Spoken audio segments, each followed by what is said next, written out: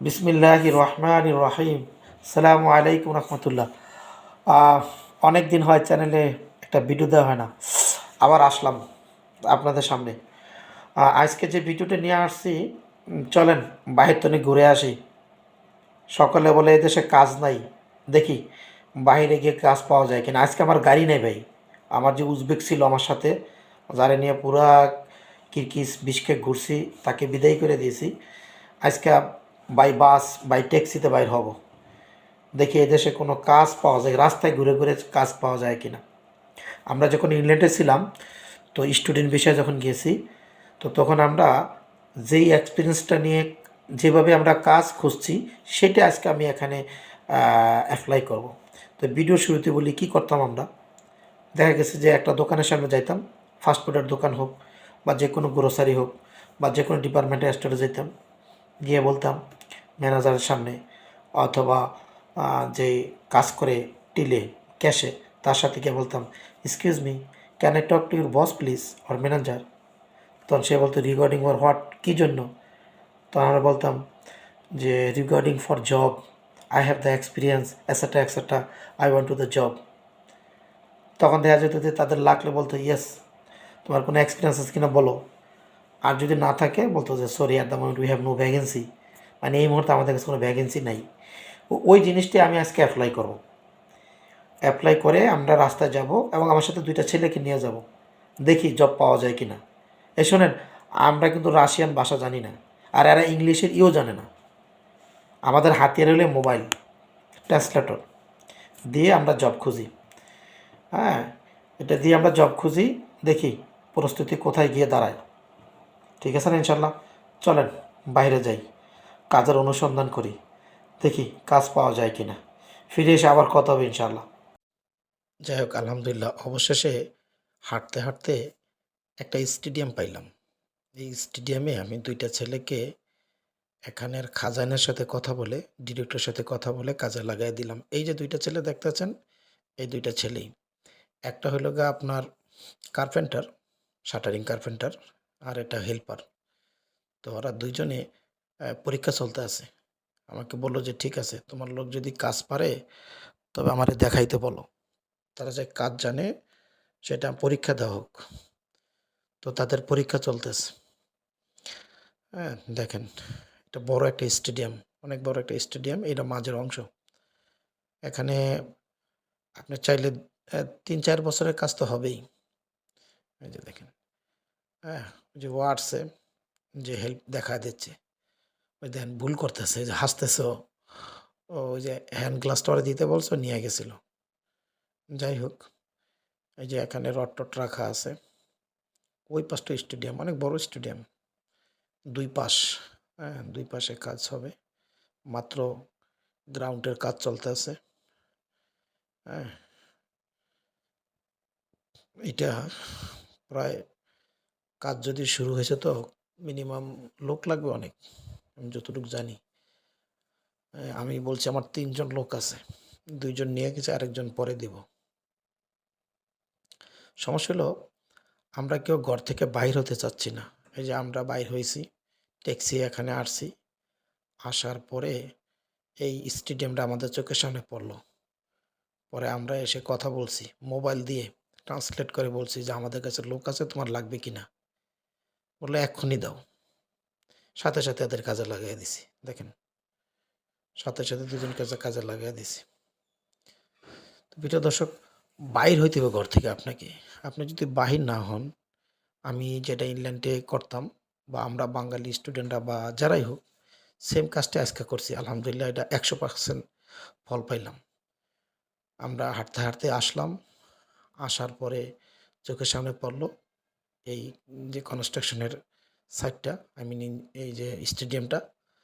কথা বললাম আর কাজে লাগাইয়া দিল। আমি ভিডিও করতেছি দাঁড়ায় দাঁড়ায়, যদিও এদের এখানে ভিডিও করা নিষেধ।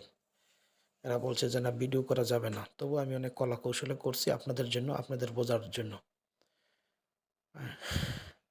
এই দুইটা ছেলেকে নিয়ে বাইর হইলাম আলহামদুলিল্লাহ, এবং আমি যেই পরিকল্পনা করছি সেটা শতভাগ সফল হইল। যে চাইলে এটা সম্ভব। আপনি মোবাইল দিয়ে যেখানে কাজ হয়, হ্যাঁ, আপনি রাশিয়ান, রুস্কি ভাষা বলে এরা, কেমন? এই ভাষায় যদি আপনি কথা বলেন, তো বাংলায় বলবেন রাশিয়ান ভাষা হয়ে যাবে, রুস্কি হয়ে যাবে। তখন সে বুঝবে। আপনি বলবেন যে, "আমি একটা কাজ চাই।" তো আপনি লেবারি যেন লেবারি বলবেন। আপনি যদি কোনো স্কিল থাকে যেমন শাটারিং কার্পেন্টার হইতে পারেন, মেসন হইতে পারে, প্লাম্বার হইতে পারে, ওয়েল্ডার হইতে পারে, পাইপ ফিটার হইতে পারে, যেটি আপনি জানেন সেটা আপনি বলবেন। বুঝতে পারছেন বিষয়টা? প্রিয় দর্শক, অবশেষে বাসায় আসলাম। খাওয়া-দাওয়া করে নামাজ-টামাজ পড়ে ভিডিওর শেষ অংশে আবার বসলাম। আহ ২ টা ছেলে যাদেরকে ভিডিওতে দেখলেন, তো কাজ শেষে আমাদেরকে ডাকলো ডিরেক্টর। তো ডাকার পরে কাজ সম্বন্ধে বলল। পরে আমি বললাম যে, "বেতন কত দিবেন?"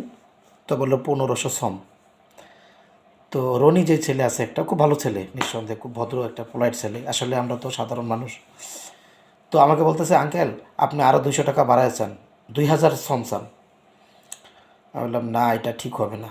আমি যতটুকু জানি ওরা এক কথার মানুষ।" কয়, "না, আপনি চান, সমস্যা নেই। আপনি বলেন যে আমাদের জন্য ২,০০০ শ্রম চান।" তো আমি তো মানুষের সাইকোলজি বুঝি। আর এখানে যেহেতু ওয়ার্কারদের সামনে বলতেছে, তার মানে এখানে বেতনই ১৫০০ টাকা। তো ও আমাকে বারবার রিকোয়েস্ট করতেছে বাংলায়, ও খাজাইন দেখতেছে। তো আমি বললাম যে, "তুমি ১৭০০ টাকা বেতন দাও ওদেরকে পার ডে।" তখন ওর মেজাজ গরম হয়ে গেল। বলল, "না, আমরা ১৫০০ দিই।" আমি বললাম, "দেখো, ওরা আসা যাওয়া করবে, ব্যাখ্যা দিতেছি।" তো ওর আর এটা পছন্দ হয় নাই। তো পছন্দ না হয়ে বলল যে, "না, তোমরা চলে যাও, আমার লাগবে না।" আমি তারে বললাম যে, "না, থাকুক, সমস্যা নেই, ১৫০০ টাকায় চলে।" বলে, "না, আমার আর লাগবে না।" তো এই যে সমস্যাটা হলো এটাই যে আমরা আসলে কি বলবো যে আই ওয়ান্ট টু মোর মোর, ভাই এটা করো না। রনিরে উদ্দেশ্যে বলতেছি না, আমাদের দেশের লোকরা যে আরও চাই আরও চাই। ভাই তুমি যোগ্যতা অর্জন করো, তুমি ইউ শুড বি কোয়ালিফাইড, তোমার কোয়ালিফাইড হওয়া স্কিল, তোমার স্কিল থাকা উচিত। ইউ নিড স্কিল, তোমার যোগ্যতা প্রয়োজন। তোমার যোগ্যতা থাকলে তোমার পিছনে টাকা ঘুরবে, তুমি গেছো কাজ করো, যোগ্যতা অর্জন করো। একটা ডক্টর যোগ্যতা অর্জন করে, টাকা তার পিছনে ঘুরে। একটা উকিল যোগ্যতা অর্জন করে, টাকা তার পিছনে ঘুরে। আমাদের লোকজন কিছুই বোঝে না, শুধু টাকার জন্য পাগলামি করে। তো ছেলেটার বোকামির কারণে ২টা ছেলের চাকরি গেল, সারাটা দিন পরিশ্রমটা বৃথা গেল। যাই হোক, তার পরে সংবাদ হলো, বাসায় আসছি, আসার পরে এক পুলিশ আছে এখানের, এখানের যে থানার পুলিশ আছে, ভালো সম্পর্ক আমার এক পাকিস্তানি ফ্রেন্ডের সাথে।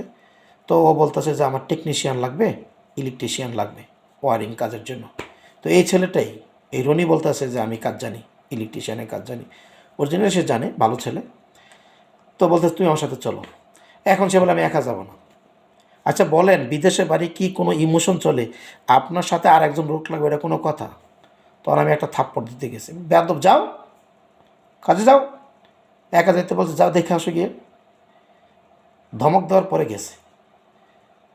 সে এর আগে সেম আরেক জায়গায় একটা কাজ হয়েছে, সে একা যাবে না, মানে তার লগে আরেকজন বাঙালি লাগবে, লোক লাগবে একজন। তুমি একা যাও না, আমার একা ভালো লাগে না, আমার সাথে আরেকজন বাঙালি দেন। কন এই সমস্ত বাচ্চামি করলে কি হয়? পরে সে গেছে, কিছুক্ষণ আগে আসছে, আইসা বলে, আঙ্কেল, আমি পুরো বাসাটা ওয়ারিং করতে 2 দিন লাগবে অথবা 3 দিন লাগবে, আমাকে 10 থেকে 15,000 শ্রম দিবে। তখন আমি বললাম, এটা কার লাভ হয়েছে? এখন হাসে। তুমি যদি 3 দিনে 15,000 শ্রম কামাইতে পারো, এটা আমারে দিবা? এই হলো অবস্থা। এই জন্য প্রথম কথা হলো, যারা এই দেশে আসেন, বাবা মা ছেড়ে আসছেন, সবাইকে ছেড়ে আসছেন, আপনি ভাষা বোঝেন না, কোনো সমস্যা নেই, আপনার মোবাইলটা আছে না, মোবাইলে ট্রান্সলেট করে কথা বলেন। এরা মানুষ, নিজেকে মানুষ ভাবেন, এদেরকে মানুষ ভাবেন। এবং আপনার বাঙালির সাথে থাকতে কোনো কথা নেই, সব মানুষের সাথে মিশেন, সমস্ত কমিউনিটির সাথে মিশেন, কেমন? ভালো হবে। ভালো থাকেন, সালাম আলাইকুম।